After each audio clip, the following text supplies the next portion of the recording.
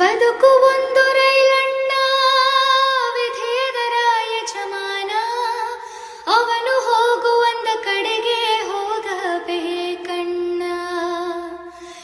ವಿರಹ ಅನ್ನೋ ವಿಷವನ್ನ ಕುಡಿಸುತ್ತಾನೆ ಬ್ರಹ್ಮಣ್ಣ. ಸತ್ಯವಾದ ಪ್ರೇಮಿಗಳಿಗೆ ಇಂಥ ಬಹುಮಾನ.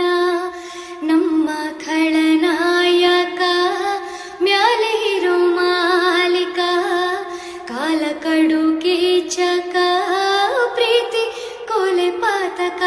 ಊರ ಕಣ್ಣು ಯಾರ ಕಣ್ಣು,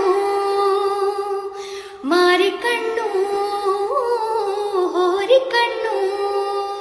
ಯಾವ